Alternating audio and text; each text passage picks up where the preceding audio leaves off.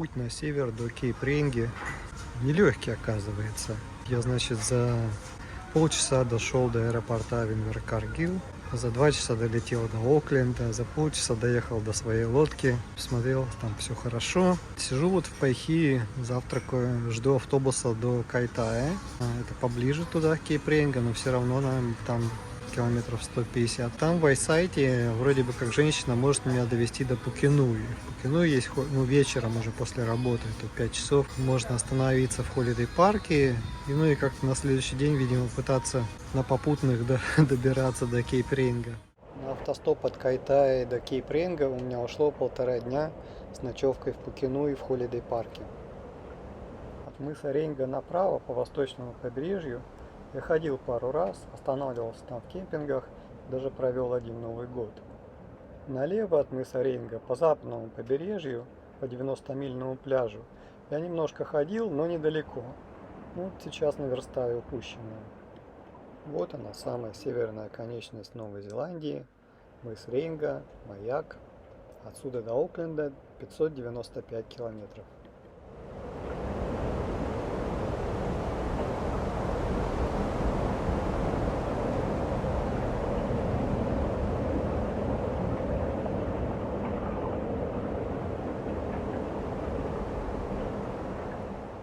До первого кемпинга 13 километров, а до следующего будет от того кемпинга 30.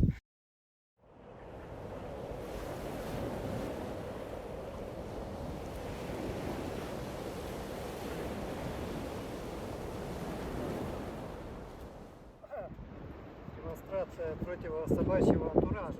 Костюм шили из специальной материи, которая, наверное, прокусывается, но с очень большим трудом.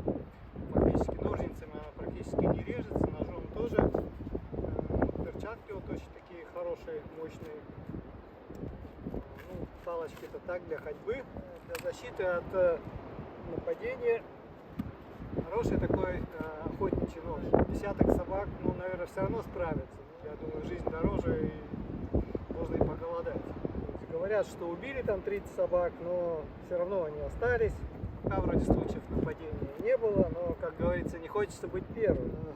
Так что собаки-то никуда не делись, но, может быть, их поубавилось чуть, может быть, они стали боятся людей больше. После 4 дней, как пляж закончу, это все надо будет отправить домой, потому что это все очень тяжелое. То есть этот нож, наверное, полкилограмма весит, и костюм тоже больше килограмма. То есть тащить его в рюкзаке вообще не вариант. На себе вроде бы ничего, он так продуваемый, белый, отражает хорошо. В принципе, не очень жарко. Невеселый вид 90-мильного пляжа, на самом деле, который 90-километровый, чем мильный. Вот утро, дождик идет, такой моросит. 28 километров, 7 часов от Twilight Micro Camp до вот Маунгануи Bluff резерв. Тут уже, можно сказать, пол пляжа прошел, почти, чуть меньше, конечно. Еще пару дней и все. Третий день моего путешествия по 90-мильному пляжу до Ахипары. Это конец пляжа. Небольшой городок там, деревенька. Стало 60 километров, то есть 2 раза по 30. Вчера успел до дождя. Дождь, наверное, часов 4 до самого вечера был, часов до 8. Под навесом там сидел, пережидал. В общем, ужин приготовил. Потом уже палатку поставил. Ночью спать дикие лошади не давали. Они там что-то бегали, ржали, паслись. В общем, как-то в палатке неуютно, когда вокруг дикие лошади, собственно, скачут. Фактически не выспался. Может быть, в следующем кемпинге их не будет. Следующий кемпинг, говорят, закрыт уже на сезон, но для хайкеров вроде бы как он все время открыт. Короче говоря, не знаю, посмотрим, что там будет. Собак, слава богу, пока не видел. Я думаю, если бы видел, наверное, меня бы уже никто не видел. Здесь вообще надо не диких собак бояться или лошадей, а машин бояться. Может быть, конечно, сегодня суббота, еще отлив идет, и они тут, конечно, гоняют по твердому песку, заносит в разные стороны. Кто придуривается так. В основном-то, конечно, нормально ездит. Есть даже приятные встречи. Вот тут парень ехал и бутылочкой пива угостил. О пиве я почему-то сегодня совсем не думал, поэтому даже растерялся так. Коротко как-то поблагодарил и дальше пошел. А вообще вот интересно, я помню, я гулял по Кляйн-Кюрасао, это малый Кюрасао, да, островок рядом с Кюрасао. И он был весь мусоре в пластиковом, то есть там какие-нибудь тапочки, бутылки, в основном детские игрушки. Просто он, ну, весь завален был берег, да, а вот этот 90 километров берег, да, и он чистый, кроме ракушек, вот этих мидий, ничего больше нету. Что-то я не думаю, что прямо в 90 километрах кто-то чистит. Может быть, как-то течение тут не те, что сюда ничего не приносит, не выносит Новую Зеландию. Скорее всего так, наверное, течения просто сюда не идут, и поэтому мусора нет на пляже. Вот удивительно. Взлетная полоса. Можно самолеты запускать, забетонировать. 90-километровая взлетная полоса. Как и вчера, 30 километров за 7 часов прошел, включая час на обед. По пляжу получается нормально, 5 километров в час, легко относительно идти. Хукитери кэмпграунд. Да, пришел, тут никого нет, звоню, никто не отвечает. Соседний кэмпграунд Утея, туда вообще не дозвониться. Отправил пару имейлов, сижу, жду. Ну, час подождал, никого нету, думаю, ну что, надо уходить, где-то самому искать место для кемпинга. Набирая воды, подъезжают ребята, немцы. Оказывается, они друзья этой женщины, которые тут кэмпграунд. Ну, в общем, они меня тут приютили. Сдали мне вот эту кабинку за $50. Можно было в палатке, но сегодня ночью дождь будет, который кончится только завтра к обеду. Поэтому как-то с утра под дождем все собираться неохота. Кабинки удобнее. До конца пляжа 30 километров. Может быть, даже завтра, если даже в обед выйду, то дойду до конца, да, и там потом дальше там леса пойдут. День 4, последний похода по 90-мильному пляжу. Уже больше половины дня прошло, до Хипары километров 10 осталось. С утра встретил интересного человека, он уже 6 месяцев идет в противоположном направлении, с Окленда до Кейп-Рейнга, и сегодня уже заканчивает поход. Любопытный конец, пройти весь 90-мильный пляж, то есть где-то 100 километров за 24 часа. Он с утра сегодня вышел с Хипара и к завтрашнему утру должен дойти до мыса Ренга. Ну, понятно, что он идет налегке, там, с каким-то минимальным запасом еды, воды, ничего больше. Хорошее испытание под конец. Например, через каждые 5 часов делать часовой отдых, получается, ну, что теоретически можно ложиться 24 часа, если исходить из скорости 5 километров в час, ну, что довольно так близко к реальной. Да, налегке можно и быстрее идти, но что-то непонятно, как идти. Хотя сейчас полнолуние, ночи светлые, может быть и ничего страшного. Только бы не собаки, ну, лошади, наверное, не так страшно. Конец 90-мильного пляжа, деревня Хипара, 100 километров за 4 дня. Закончил 35-километровый обход леса, который закрыли из-за неизвестной болезни, за которой деревья каури умирают под кодовым названием dieback. Что за болезнь, толком никто не знает, но на всякий случай леса закрывают, тропинки, дорожки закрывают. Поэтому Aotearoa Trust, они вот придумали такой обход по дорогам 35 километров. Из них 15 я на автобусе доехал от Ахипара до Кайтай в обратную сторону, и там дорога очень узкая, ни обочин, ничего нет, в общем, я думаю, ничего страшного. От Кайтая уже пешком 20 километров, сначала 5-6 километров по первому шоссе, потом уже вот по сельским грунтовым дорогам. И сейчас туда в гору пойдет дорога, там 3-4 холма будет по 400, 500, 600, 700 метров. Я думаю, сегодня немножко поднимусь там до последнего ручья, там вроде бы типа можно палатку поставить. А завтра уже пойду в гору, по хребту, 18 километров. То есть выйду опять на первое шоссе, там опять сколько-то километров, по-моему, 5 или 6 по шоссе. Потом другой будет лес, уже в сторону Кери-Кери, там тоже пару дней по нему, и потом еще день до Кери-Кери. Думаю, в целом, может быть, дней 5-6 до Кери-Кери уйдет, наверное, километров 100-120.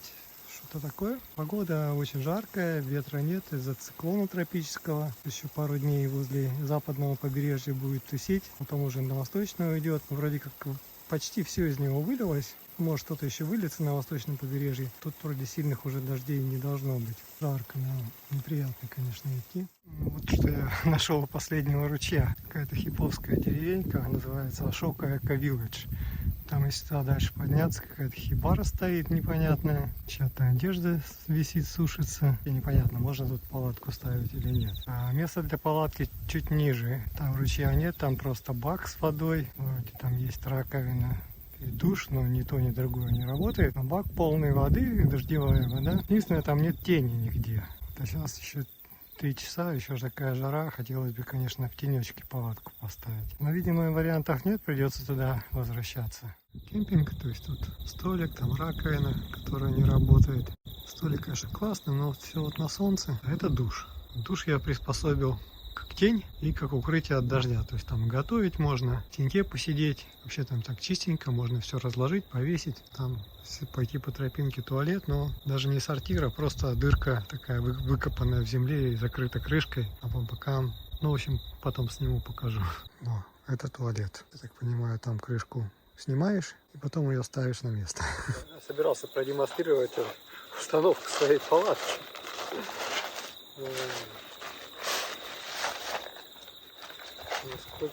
Насколько это легко и быстро. Кусок засечем 3-4 минуты.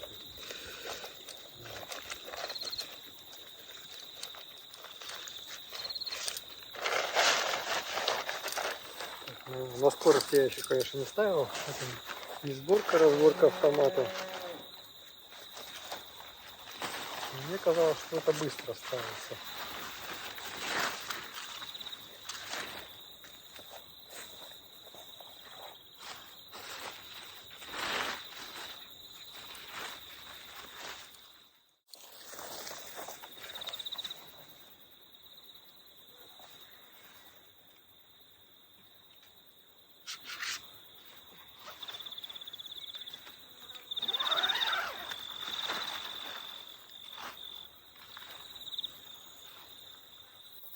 Вот, в принципе, и все. 34-37. 3 минуты. Хорошо, тут есть километровые столбики. Можно скорость прям точно померить. Получается, что где-то если в подъем идет, то 2 километра в час. Если так по хребту, то 3-2 с небольшим, чуть больше. То есть где-то на километр 28 минут уходит. Когда более-менее ровно, то по-разному. То 20 минут, то 18. Так ничего, тропа, грязи особо нет. Только вот корни скользкие, трава бывает высокая, все мокрое. Всю ночь был дождь, и сегодня тоже дождь периодически идет. Сейчас вот солнышко уже, сейчас уже 12 часов, обед, немножко проясняется. Ну, иногда бурелом встречается. В принципе, ничего, тропа, идти можно. Половину уже прошел, можно сказать, за 3 часа. В 9 выжил, сейчас 12, еще 3-4 часа. Закончил я тропу, 6 часов у меня ушло до нее, 18,5, с той стороны 19 было. В заметках просто 18 было, 9 часов, а с той стороны 9,5. В заметках тоже было 9,5. Так если 6 часов, то в среднем 3 километра в час. И теперь надо где-то кемпинг найти. Значит, топать 20 километров до следующего уже как-то тяжеловато. Писали, что где-то есть тут возле ручья, ну не знаю. Может быть вот там чуть подальше что-то будет. Тут 2 километра до шоссе, потом 6-7 до магазинчика, где я хотел немного еды докупить. Там какой-то простой молочный, хотя так только называется. На деле обычно не всякой мелкой розницей торгуют, как в ларьке. Да, оттуда потом еще по сельским дорогам оставшиеся 10-13 километров до кемпинга. Ну вот, почти нашел кемпинг. 500 метров. Написано туалет, палатки, вода и даже кемперваном вроде как тоже можно. Или кемперваном где-то в другом месте 48 на Кенни Роуд. Маленький ручеек, столик, ну и все, пожалуй. Туалет, да, еще есть. Вода, видимо, после дождя такая мутноватенькая.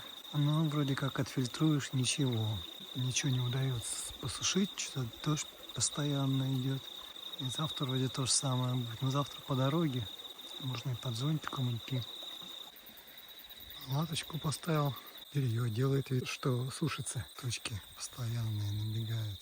Типичная картина северного острова. Холмики, фермерские поля, коровки, либо овцы пасутся. Но у меня маршрут в сторону Амахута леса. Раэтея лес вчера прошел. Тут как-то повторяется немножко картина. Сначала сколько-то там 20-30 километров по дороге до леса, потом один день через лес, и потом опять по дороге до, ну, уже до Кири-Кири будет. От Кири-Кири тоже день до до Пайхия. Да, а там от Пайхии надо смотреть. Может быть, на каяке получится. Если не получится, то пешком до Апуа. Там 3 километра я уже ходил, там по лесу тропинка. И на пароме до Рассел. Там по Рассел, в общем, тоже дорожка идет. А вчера ночью дождь сильный был, гроза даже, что очень редко для Новой Зеландии. Циклон тропический наконец-то перескочил, или сегодня перескочит через Северный остров. И он не разрушился, то есть он как бы здесь ослаб, а перескочив, он, по-моему, или он соединился с обычным циклоном, или сам по себе окреп. И, в общем, дальше туда пошел на восток по Тихому океану. Ну, несколько дней вот он тут погоду портил. И сегодня тоже жарко очень, ветра нету. Ну, а вчера дождливо было, то есть весь промок, даже не все высохло до утра. Пенек так пенек, метров 5 в диаметре. Каури-Па Роуд, это куда Тиарароа ведет. Завтра туда пойду, это через Махута лес. Там по ущелью вдоль речки тропинка пойдет. Надеюсь, что уже речка завтра не будет переполнена из-за такого количества дождей. Говорят, что она непроходима в дождь. Направо это кемпсайт. То есть сегодня ночую, а завтра через лес пойду. А послезавтра уже до Кери-Кери дойду.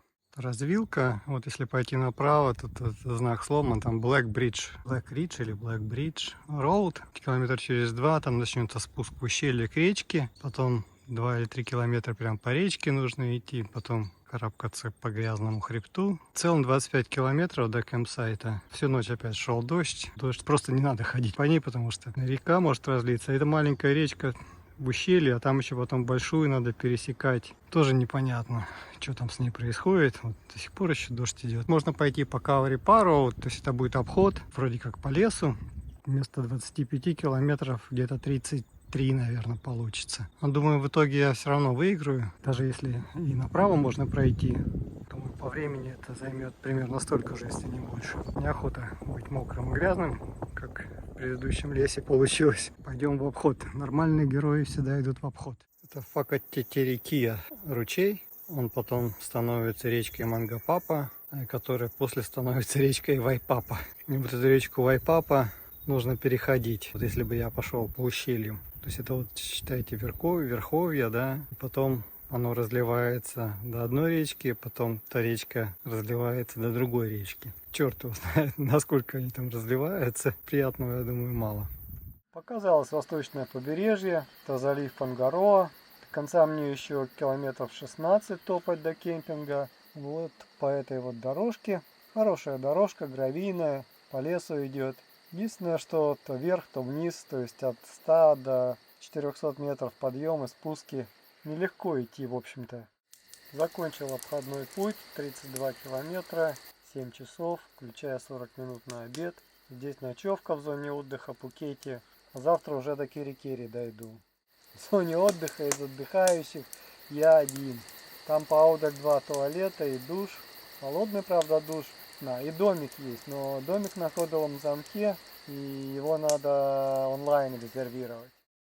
Километров 10 меня подкинули, удалось избежать гравийной дороги, хождения в дождь. Сейчас иду вдоль речки Кери-Кери, тут до Кери-Кери самого километров 5, потом, может быть, уже по городку километры 2 до ухода до парка. Надо будет что-то магазинчики тоже рядом купить, газ купить. А завтра уже пойду в сторону Пайхии. Как я говорил, от Пайхии там паром до Рассел идет. И дальше тропа уже в сторону Вангарея идет. Там также в основном по берегу. Немножко виляет, но в основном по восточному берегу. Шел до Холидей парка и пришел. Они закрыты, видимо, из-за ковида. Где-то надо еще искать место заночевать. Ну, там вроде полно мотельчиков на главной улице. Остановился в студию. Студия сколько? 145 стоит за ночь. Ну там вроде все есть, и кухня, и холодильник, и ванна. Вот, а Холидей парк, оказывается, все свои места отдал иностранным работникам, которые тут на фермах работают. Там фрукты, я так понимаю, собирают. Осень, зима и весна сдают приезжим, а только летом уже для туристов открыт. Дорога от Кери-Кери до Пайхии.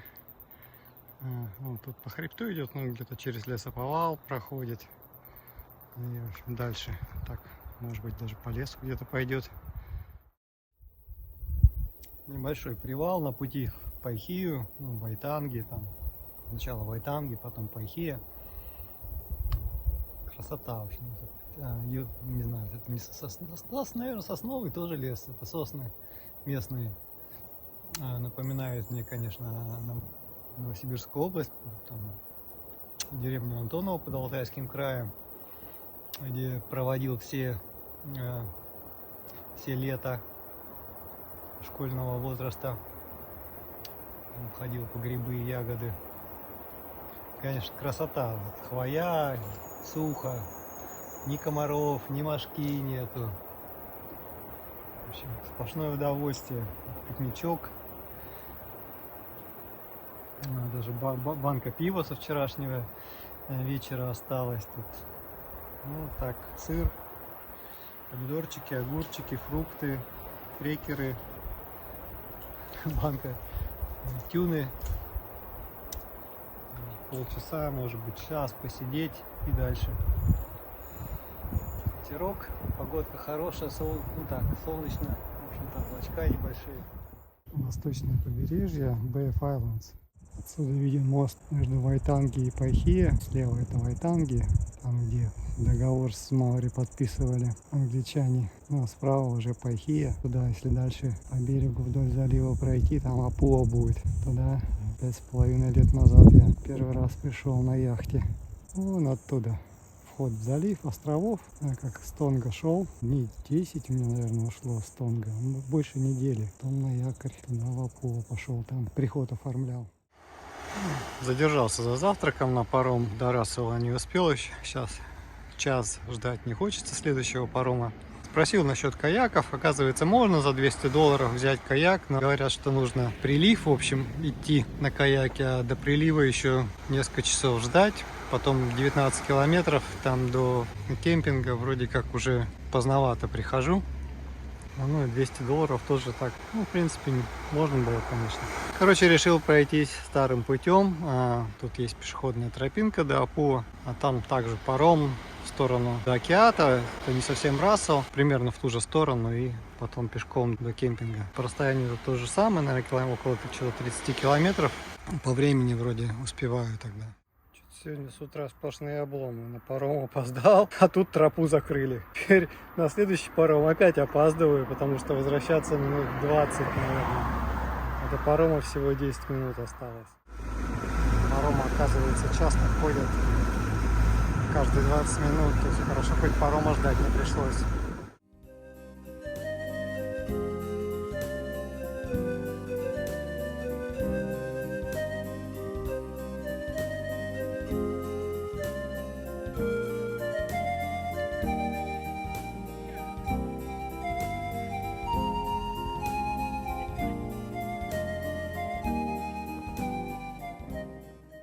Опять из-за очередного закрытия очередного леса по поводу этой болезни дайбэк, которая каури поражает, пришлось больше 15 километров по шоссе топать. Сейчас тут вроде как и заповедник, костры, ни палатки, ничего ставить нельзя. То есть еще 12, наверное, уже километр прошел. 12 километров до фермы. Вот на ферме можно будет палатку поставить. Где вы все?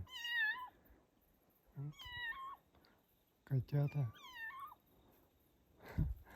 4 котенка. Что-то один какой-то двое побольше, двое поменьше. Вроде как двое от одной. Непонятно. Где мать?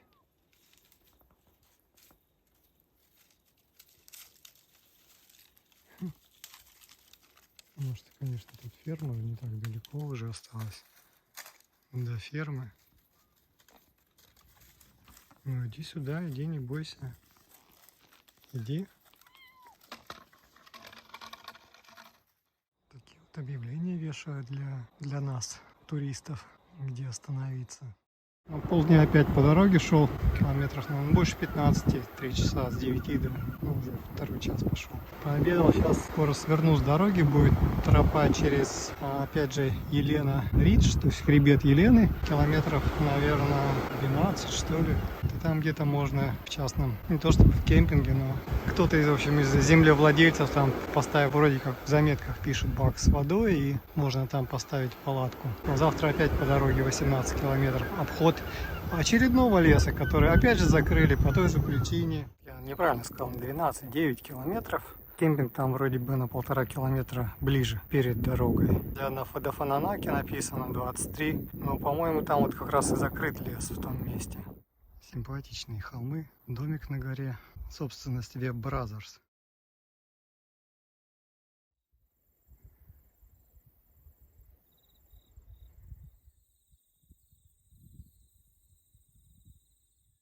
Отлично, я спасен. Тут можно палатку поставить. И бак с водой есть. Больше ничего не нужно. Что-то мне этот хребет, хоть он и 300 метров, но в конце дня и что-то вверх-вниз как-то я подустал, в общем, после ходьбы по дороге. Бачок небольшой, но полный. Это радует. Можно и душ принять. Написано, что это самый длинный пешеходный мост в южном полушарии, 395 метров. В 1947 году, 1947 был построен, и до этого года детей в школу с южного Фананаки в северной Фананаки учитель возил на грибной лодке.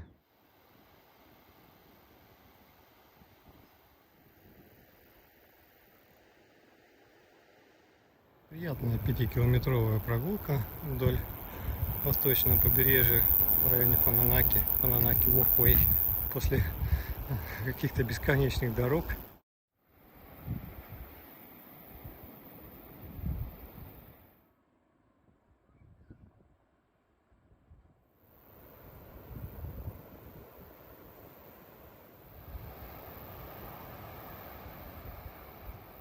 Больше десятка километров, 11 точнее, по дорогам и километров 2 по велосипедной дорожке. Такое соотношение 11 к 2 пока что. Дошел до Нонгуру. Здесь естественное препятствие, река, которую, я так понимаю, даже в отлив пешком не перейдешь. Нужно преодолевать на лодке. За этой рекой еще одна река, которую можно перейти вброд в отлив. Отлив завтра, не знаю, где-то в 2-3 часа, где-то днем. Лодка будет в 12:30 завтра. Можно сегодня было в 2 часа, но к 2 я не успевал. И сейчас пришел уже 4-й час, а кемпинг на том берегу закрыли. То есть первоначальный план там остановиться сорвался. Поэтому останавливаюсь здесь, на ранчо, Милы.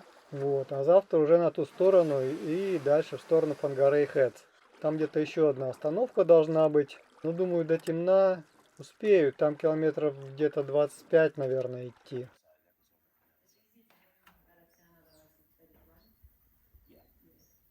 Успел перейти реку уже 3 часа после отлива, то есть уже где-то по пояс, чуть выше было 3 километра вот по такой воде идти, то по пояс, то по колено. Сейчас еще 13 километров до пляжа, уже 5 часов, надо торопиться. Там где-то на пляже кемпинг есть.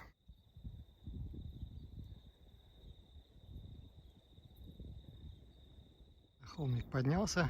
254 метра. Сейчас вниз к пляжу Ocean Beach и туда в самый конец пляжа. Вот там в самом конце уже Вхангарей Хедс видны. Там где-то есть перед Вхангарей Хедс Ocean Beach Campsite.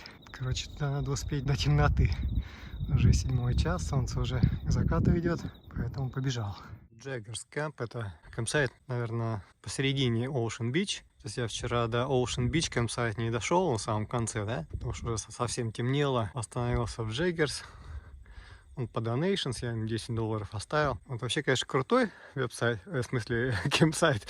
У них там и газ, и бойлер есть, там и солнечные панели, электричество, там туалет, душ холодный. Никого не было. Может быть, из-за того, что клиентов мало, так все немножко как бы запущено. Какое-то даже освещение там есть. Кухня там, я не знаю, что-то газовые баллоны вроде везде стоят, а плитку я что-то так и не нашел у них. Ну, в общем, уже темно совсем было, так разбираться неохота было. Ocean Beach, Вхангарей Хедс на заднем плане.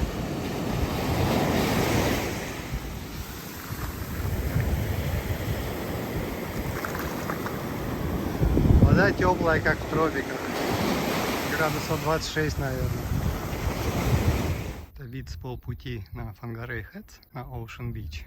Я на Вхангарей Хедс 2 раза был, но со стороны Ocean Beach еще ни разу не поднимался. Ну, вот хорошая такая дорожка с подстриженной травкой идет, достаточно крутая. Вхангарей Хедс ниже 500 метров, 400 с чем-то метров. Я уже на спуске с самой высокой точки, там, наверное, 450 было метров. Сейчас вот туда вниз по хребту, ну вот там еще пара вершин небольших, ну пониже уже, где-то меньше 400 метров. Потом уже дальше, да, в конец, вон, в залив, на пляж Теху, что ли. Там меня на лодке должны перевести на ту сторону, через речку Фангарей, там где заводик нефтяной, который закрывает, и будут его использовать только для хранения сырой нефти. Переработку всю закрывают, и все будут покупать китайцев, наверное.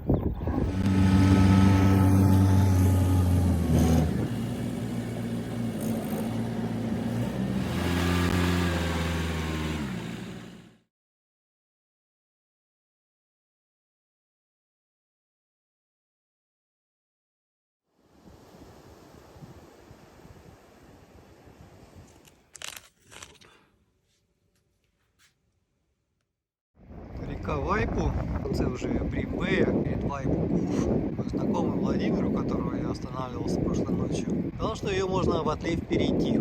Здесь ее точно перейти нельзя, можно так переплыть. Может быть, перейти можно вот там, где прибой, по линии прибоя, там песчаная банка, может быть, можно по ей. Но вот еще час до самого отлива, ну вот попробую через час там пройти. Вообще тропа идет, то есть она сюда не доходит, она раньше уходит с пляжа и там по дорогам и по мосту переходит эту речку. Честно говоря, по дорогам уже надоело ходить, вот решил рискнуть перейти ее вброд.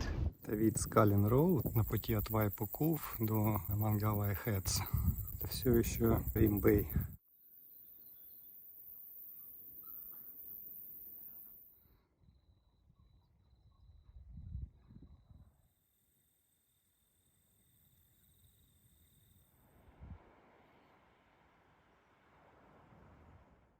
Мангавай Хедс, склону холма, тропинка идет, можно по пляжу идти, там, где хребет опускается, уже к океану, вот затем хребтом уже сам Фангавай находится, городок. Там Холидей парк, там я и собираюсь заночевать сегодня.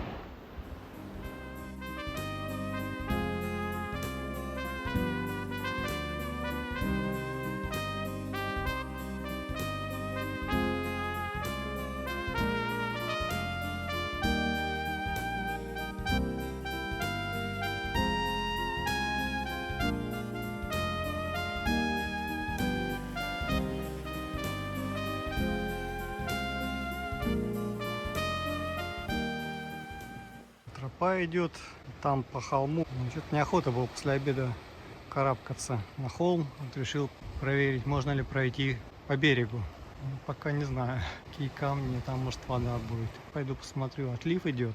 Уже, наверное, часа 3 будет идти. Перепрыгнул там по скользким камням, подождал, правда, минут 30.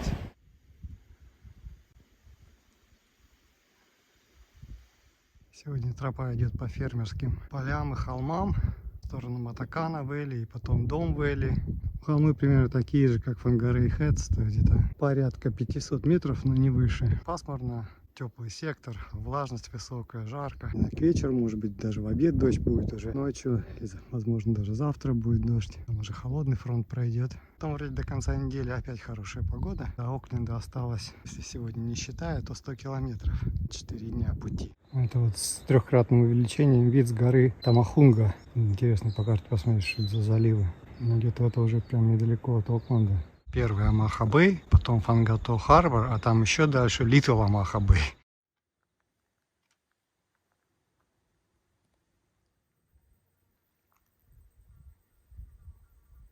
Деревья каури и плакат, объясняющий их болезнь дайбек, что вызывается она фитофтора агитидисида. Ну и распространяется, в общем-то, с почвой. 100% фатально для деревьев любого возраста. Шоссе — это первый хайвей. До него, наверное, километр-полтора. Там где-то парковка, кафе не работающее. Где-то возле этого кафе вроде можно палатку ставить, кемпинг. Пасмурно и дождливо. Второй мой мокрый день, когда по лесу идешь, все мокрое. То ли от пота, то ли от дождя, то ли от мокрых листьев. Ну, в общем, все мокрое. И завтра, наверное, то же самое будет. Это знак о том, что... откуда я пришел, о том, что тропа требует высокого уровня подготовки, ну и хорошей обуви. Ну, ничего особенного на самом деле, ну просто хребет и, как я и говорил, холмы невысокие, 450-400 метров, но вот эта андуляция, то есть вверх-вниз, она изматывает как никогда. Потому что в итоге там набирается на приличную гору. Сегодня вот кафе «Дом» до Пухой, 27 километров. Опять же по холмам. Он, правда, высотой не до 500 метров, а до где-то ниже 400, там 350, что ли, самые высокие. Что-то с фронтом, я думал, он прошел за ночь, но до сих пор еще капает. Хотя утро вроде было сухое. Наверное, еще будет дождик такой небольшой. До Пухой 9,5 километров. Вообще странно, я думал больше. Ну, может быть, там по дороге 9,5. Там вроде она не по дороге идет. Там что-то километров 12, может быть 11-12. Последние 5 километров до Пухой. Можно по дороге, можно пойду по тропе. Так уже ноги мокрые, все мокрые. Лес тоже, скорее всего, мокрый. Но уже без разницы. Доплыл на байдарке от Пухой до Велдердом, что ли называется. 8 километров за час. Похоже, машины нет. Они говорили 1,5-2 часа время пути. Я говорю, вы пораньше приезжайте, потому что мне надо торопиться. Что-то пока никого не вижу. Устье реки Пухой. Там слева это деревня Пухой. Оттуда сюда я приплыл на побережье. Пляж Арива до Stillwater, от того места, где я на каяке высадился, 25 километров. Спешу, то есть я в час, наверное, вышел, и вот думаю к 6 прийти, потому что где-то в 6-10 уже закат. Дойду до Stillwater, а завтра от Stillwater уже вернусь на яхту. Там километров 30. Таким образом, весь поход будет ровно 17 недель. Stillwater, оказывается, марина огромнейшая.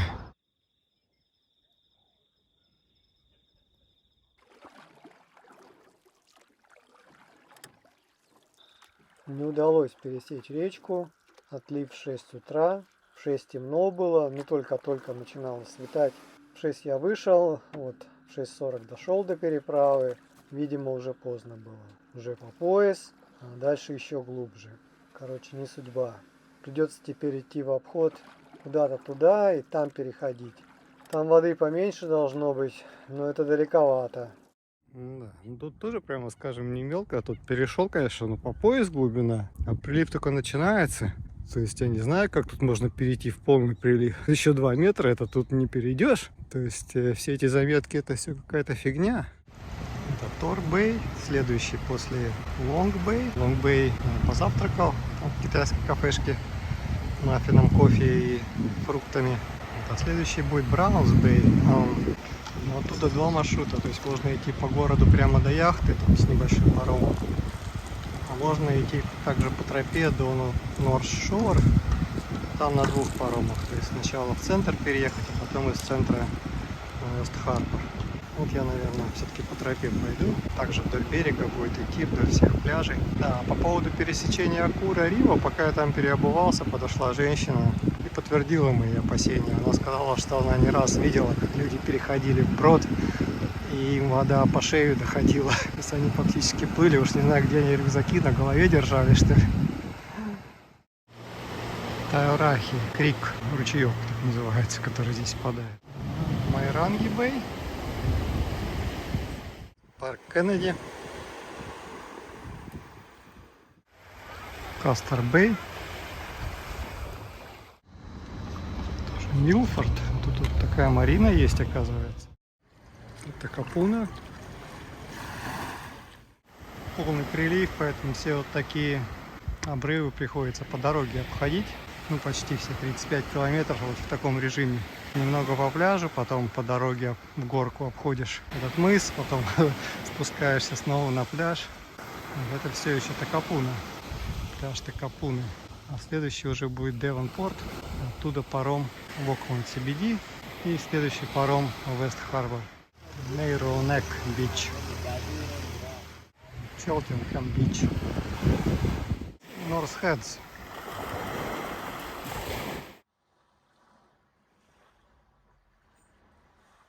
Девонпорт. 8 часов от Stillwater до Девонпорт с перерывом на завтрак. Вот это вот пушки от русских защищаться-то, между прочим. То есть довольно актуально. Перед паромом решил отметить окончание Терророра. То есть итоги такие, что, как я уже говорил, 17 недель, 119 дней. Пешком ровно 100 дней. 2500, 2600, может быть, 4000 километров. На каяке 1 час 8 километров. Каноэ километров 150, 4 дня. И на велосипеде 2 дня, где-то, наверное, 170 километров. 13 дней нулевых. То есть где-то отдых, где-то дождь, где-то переезды на пароме там, и так далее, где-то отправка еды. Такая статистика.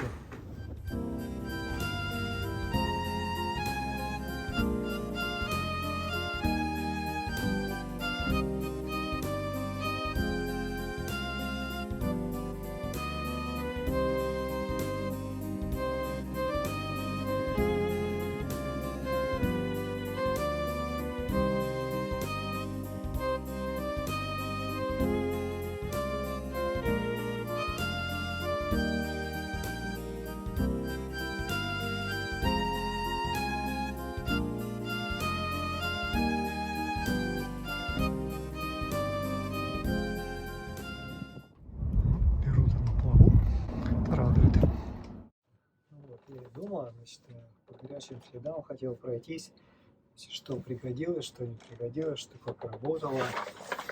Ну вот самый первый рюкзак. Легкий, меньше 1 килограмма весит. Ну, практически, в общем-то, выдержал. То есть вот здесь вот какие-то потертости были, я вот их заклеил скотчем, ну, скотчем, да, можно сказать. Здесь это, в принципе, ничего. Я, честно говоря, думаю, что может не выдержать. Так. Ну, это куртка от дождя в основном использовалась от ветра. От дождя зонтик использовался. Зонтик дорогой, карбон, с карбоновыми спицами. Одна спица, как я говорил, сломалась, которую я потом заменил на велосипедную спицу. То есть по рекламе он должен был выдерживать ветер до 60 узлов, то есть ураганный ветер, но на самом деле спица сломалась, не знаю, при 20, наверное, узлах. То есть это, конечно, реклама, ее не верьте. Вот. Но в целом он, конечно, лучше, чем китайский зонтик, который бы вообще не выдержал никакого ветра.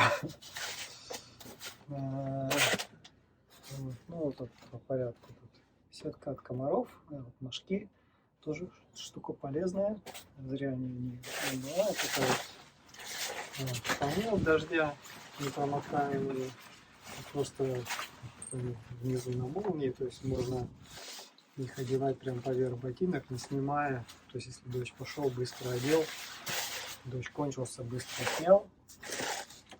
Значит, неопреновые тапочки. Ну, человек использовал для перехода речек или по мокрой траве там идти. Ну и как тапочки в домиках. Вот. В ледяной воде, конечно, ноги в них мерзнут, то есть лучше было бы какие-нибудь сапожки неопреновые, но, естественно, они бы были больше и тяжелее. Ну, какой-то вот альтернативный такой вариант, компромиссный вариант. Значит, брал кусочек полотенца отрезал, значит, в основном идея была вытирать пот со лба. Вот. Но использовалась не по назначению, то есть использовалась для вытирания конденсата в палатке. Это вот основное назначение этого полотенца было. А пот вытирался там. Ладно, пойдем перчатками или рукавом. Ну, сумочки они так иногда менялись, не менялись, но удобно, так когда в магазин заходишь, что не покупать отдельно сумочку, у тебя уже есть. А второе назначение, если где-то присесть там на мокрой траве или там, в земле, чтобы штаны не пачкать, вот ее можно использовать как подстилку было. Значит, терморестовский надувной матрас. Спать, в принципе, достаточно надежная штука, но последние, наверное, 3 недели что-то он где-то стал немножко спускать. Видимо, где-то какая-то маленькая дырочка, но очень маленькая, чтобы ее найти, это надо вот прям погрузить его в воду, сильно надуть и вот искать, где эта дырочка, чтобы ее заклеить. Вот так, если его надуваешь с вечера хорошо, то утра он, ну, почти, практически держит. Вот маленькая бутылочка под воду, то есть я в нее добавляю электролит. Ну, электролиты всякие разные, там, в пакетиках и вот в банках, я их потом в пакет пересыпаю, чтобы меньше места занимало. Вот, то есть сюда добавляешь ложку электролита, взбалтываешь и выпиваешь. Ну вот когда потеешь, штука хорошая. 2 бутылки с водой, то есть одна пустая, одна с водой. Пустая для фильтрации используется, то есть вот этот вот сойеровский фильтр, я уже показывал, так вот, вместо крышки. Да, ну, воды набрал в речке, в ручье, закрутил фильтр и потом под давлением отфильтровал. То есть фильтр отлично работал, он одномикронный фильтр, то есть его периодически там где-то в гостиницах я останавливался, в холидей-парках, там есть шприц.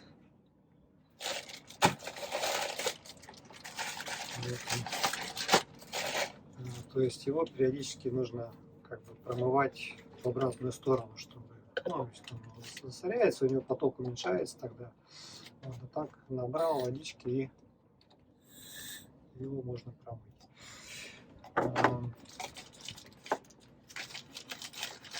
Фильтр. Ну, помимо фильтра я еще использовал, тоже рассказывал, таблетки для убивания микробов, бактерий, вирусов и еще капли. В общем, тройная очистка воды, фильтр, таблетки и капли. Все это очень хорошо работало, водой я ни разу не травился, никаких заражений, поносов, ничего такого не было. То есть очень, очень классно. Так, ну, палатка вот 400 грамм весит, в принципе нормально. Можно было бы использовать двухместную палатку, там было бы еще удобней, но проблема с двухместной в том, что ее не везде поставишь. То есть часто были ситуации, где клочок земли очень маленький, вот эта палатка туда входила идеально, а двухместная бы просто не вошла. То есть как бы и плюсы, и минусы есть. Палатка практически выдержала, я там в сетке нечаянно, когда горелка что-то там готовил внутри, то нечаянно прожег 2 дырки, но их просто заклеил и скотчем. Все. И еще 2 дырки не образовалось, то есть, видимо, где-то на камнях я их порезал. Их чем-то надо заклеивать, чем-то другим, потому что скотч он не держит. То есть как-то раз был дождь, и почему-то под водой под палаткой скопилась вода, и через эти дырки она как-то внутрь попадала. Вот, когда очень сильный конденсат, то иногда, несмотря на то, что там сеточка по периметру идет, каким-то образом вода все-таки мимо сеточки попадает с краев в палатку, и что-то где-то там какие-то лужицы образуются, но не так, что прям лужа одна большая, такие мелкие, локальные. Ну, там, где что, если что-то разложено, то оно тоже, конечно, намокает. Ну, это не так страшно. А вот эта штука, вот это такое концентрированное мыло, сколько тут грамм, 250 миллилитров. Вот это вот второй бутылек, вот еще немножко осталось. То есть, в принципе, 2 бутылька на 4 месяца хватило, то есть можно и посуду мыть, самому мыться. Это вот баночка соли. Вот осталась баночка меда. Так, на завтрак каша с медом у меня обычно была. Бутылочку с маслом растительным я всегда брал. То есть, приходилось использовать растительное масло вместо сливочного, потому что сливочное как хранить, да, подсолнечное, там, оливковое, просто бутылочку заполнял, что не входило, выбрасывал, когда покупать приходилось, иногда в ресторанах там наливали. Да, значит, это витамины и какие-то микроэлементы, то есть там всякие травки, там больше 100 разных травок, называется Good Green Vitality, по-моему, 2,5 банки вот таких вот у меня ушло, то есть с утра там такая ложечка,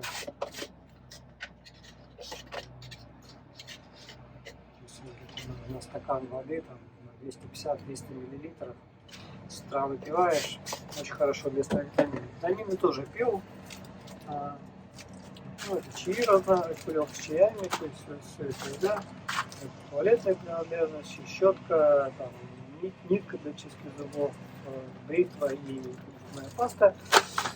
Да, вот, значит, тут витамины, статины, лейкопластырь. Еще вот я покупал вот, то ли от грибка на ноге, то ли от, в общем-то, от каких-то сыростей, тоже мазь. Ну, тоже, в общем-то, помогла. Что из медицинских еще, значит, кожа на руках стала сохнуть. Ну, вазелин тоже купил. Ну, не то, что прям каждый день пользовался, но иногда мазал. Шоколадка, значит, осталась недоеденная. Как уже титановая ложка-вилка. Шведского, что ли, или швейцарского производства. Написано. С виду, да, шведского. Очень легкая, но такая маленькая, удобная, хорошая штука. Так, что еще? Ну, вот маленькую тряпочку с собой брал, посуду мыть. Тоже очень удобно, потому что кашу или там картошку от котелка отмывать руками долго очень, а вот тряпочкой хорошо. Щетки. Брал еще веревку, но где-то ее посеял. Так что веревки где-то были, где-то нет, а свою веревку хорошо было иметь. Растянул, где хочешь, между деревьями повесил, и прищепки используешь. Прищепки тоже где-то были, где-то нет. Где-то вот батарейка, заряжать телефон или часы. Ну, когда он еще это был букридер, то букридер. Ну, хотя букридер, он практически там зарядки хватало на весь поход. Я его первую половину до Блафа он брал, а вот уже потом с севера сюда до Окленда я не стал брать. Лишний вес, тяжелый. Так, если что-то почитать, то я на айфоне читал. Немножко перец брал, думал, начну готовить фасоль в банках. В итоге там раза два за весь раз приготовил. Считайте, что не особо пригодился. Это крем от загара. Тоже не часто использовал, но когда по пляжу идешь, даже панамками, ну, языком, да, ну так, все равно нос бывает сгорает, или глаза вот здесь сгорают. Спички тоже, ну так как на всякий случай, где-то, по-моему, печку разжигал там в домиках несколько раз, пригодились. Потому что зажигалка, она, конечно, была, но у нее газ кончился, и она просто как пьезоэлемент там для, ну, чтобы газовый баллон. То есть газовый баллон я всегда покупал вот этот большой на 450 грамм. Не жалею. Он очень удобно входит в котелок. Место, можно сказать, не занимает, но вес, конечно, есть. Ну, я уж не знаю, сколько я их поменял, но без газа никогда не оставался. Вот этот вот JetBall, то есть он как-то быстро, какая-то хитрая система решетка, алюминий, тоненький, очень много нагревается быстро, ну, видимо, достаточно эффективная штука, то есть воду скипятить. Ну и все, я считаю, то есть это не только для готовки еды, но еще и хорошая штука для душа. Потому что все речки, они мелкие, и чтобы душ принять, вот из речки зачерпнул, как ковшик, значит, используешь, на себя вылил. Вот. Ну, а также в нем все готовил. Чай, и кашу варил, и там фасоль, я не знаю, разогревал какие-то готовые штуки. То есть это все есть. Вот. Ну, это вот маленькая горелка на баллончик прикручивается. То есть она уже по современным меркам не очень маленькая, есть еще более мелкие, более легкие. Ну, это такая какой-то средний вариант. То есть она у меня была, я специально не покупал.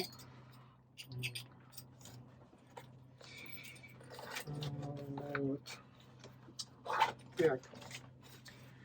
Значит, была у меня накидка на рюкзак от дождя из той же ткани, из дайнимы сделанная, что и сам рюкзак. Ну, потоньше ткань была. И она, в общем-то, слишком тоненькая была. То есть в итоге, когда по кустам идешь, там все порвалось, и в общем, она в итоге порвалась. То есть на замену я купил более плотная ткань. Ну, это какая-то плащевка. То есть она, естественно, место больше занимает, но как бы понадежнее получается. Вот, спальник, новый я покупал спальник для похода, такой пошире, чтобы в нем можно было как-то там на боку спать, и ноги там можно как-то было под себя поджать. Ну, в принципе, он ничего, единственное, что он написан, что он на -1, но это, наверное, какой-то экстрим на -1, то есть когда температура меньше 10 градусов, то в нем уже было холодно. И на тот случай, когда холодно, я купил утеплитель для спальника. Вот такой вкладыш. То есть, ну, говорят, что на 7, ну, то есть написано, что на 7 градусов повышает температуру спальника. Это вот, значит, зарядка для телефона, для батарейки, для часов. Соответственно, провода для зарядки. Да, перчатка это вторая пара, то есть это они чуть попрочнее, но тоже вот дырки есть. То есть и в первых также дырки образовались. Ну, когда с палочкой ведешь, да, то, в общем-то, они, конечно, ну, мозоли не натираешь, но зато в перчатках дырки образуются. Ну, вот две пары нормально ушло. Из палочек тоже, значит, одну палочку я заменил. Они хоть и из карбона, но каким-то образом одна погнулась, не сломалась, а погнулась. И они вот складываются здесь вот так вот, да? И когда она погнутая, то есть ее, конечно, можно было сложить, но потом ее раскладывать, надо было тянуть. В общем, неудобно. Ну и, видимо, она бы все равно рано или поздно сломалась. Вот. Ну вот из одежды что? Значит, еще шорты были, в которых там можно было речки переходить. Ну или там, если одежду стираешь, то после душа там одевать, носить. Носков, наверное, 3 пары. Причем это одни такие хорошие. Даже, наверное, вторая была у меня пара. Одни износились, а как называется, Марена Вул, что ли. То есть, ну, какая-то хорошая шерсть такая. То же самое, что вот эта майка из Марена Вул. Ну, вот майка, вот я ее купил на поход, и, собственно, уже все, дырки, она везде стала рваться. Но мне как-то очень хорошо, в ней не жарко и не холодно, то есть потеешь, там ее можно быстро постирать, она быстро сохнет. Еще одна такая безрукавка, тоже я в основном использовал после душа, там, когда белье постираешь, так, вместе с шортами надел полотенце. Вот это, значит, у меня спать был, ну, что-то типа термобелья, наверное, то есть тут штаны, майка и теплые носки.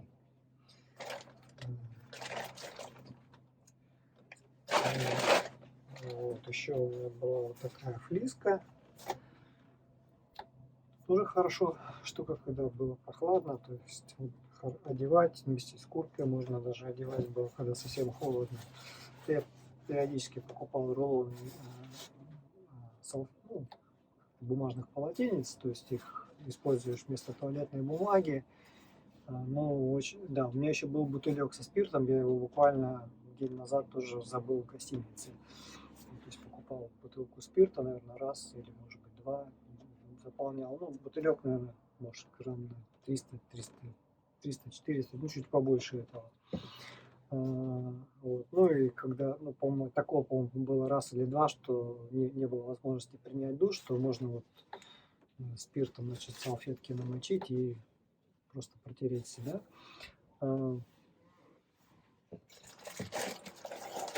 ну, значит, антиковидная маска, и она также хорошо работает на гравийных дорогах, когда пыльно, то есть как защита от пыли, то есть она как КН95, то есть какая-то хорошая защита у нее.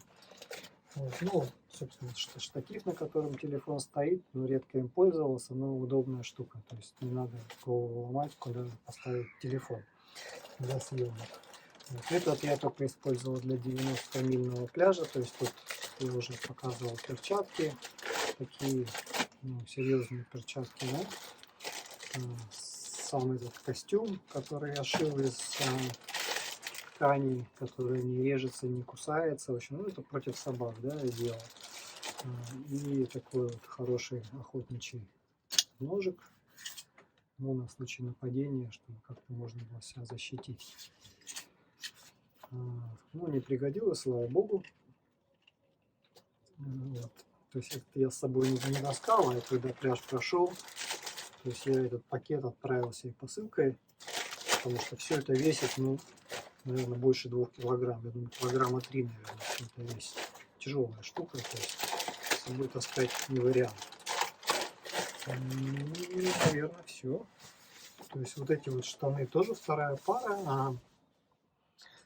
Первые я там как-то сжег на печке немножко, ну и так они поизносились. Ну вот вторые, да, ну, и туфли вторые я тоже себе, то есть 2 пары туфель у меня ушло. Ну, вот вторые еще фактически новые. То есть я их купил вот для похода от Кейп-Ренга до Окленда 600 километров. Ну, за 600 километров им ничего не сделалось. То есть первая пара прошли, наверное, ну, больше 3000 точно. Потому что я их в прошлом году использовал для различных походов. И в этом году для тренировки использовал. И вот они дошли у меня от Окленда до Дамблав. То есть там 2400 тысячи километров. Ну и, конечно, уже износились. Они пока новые, они очень хорошо не пропускают воду. То есть даже вот идешь по мокрой траве, и они прям очень-очень долго держат. Когда уже, конечно, изнашиваются, то ну, достаточно быстро промокают. Эковские ботинки. Да, эко, у меня любовь к эко большая. Я только их покупаю. Ну да, все вот так. Что я еще брал? Вначале у меня еще была солнечная панель, которую я совсем не использовал. Я ее там потом с Пашей как-то отправил домой после сплава по речке. Ну и после того, как я купил палочки, у меня там, значит, была еще палочка для палатки, которая тоже, естественно, уже не нужна была, потому что можно вот трекинг-пол использовать для палатки. Всего одна нужна была палочка. Ну, наверное, все. Каких-то еще, может, какие-то еще мелочи были, но это уже не так важно. Вот, то есть поход закончился. В понедельник на работу я решил выйти. Не то чтобы соскучился, но вроде как и делать особо нечего. То есть можно, конечно, куда-нибудь еще слетать, там, на Фиджи или, не знаю, на острова Кука или там в Тонго, еще 10 дней где-нибудь позагорать. Но ладно уже, в следующий раз.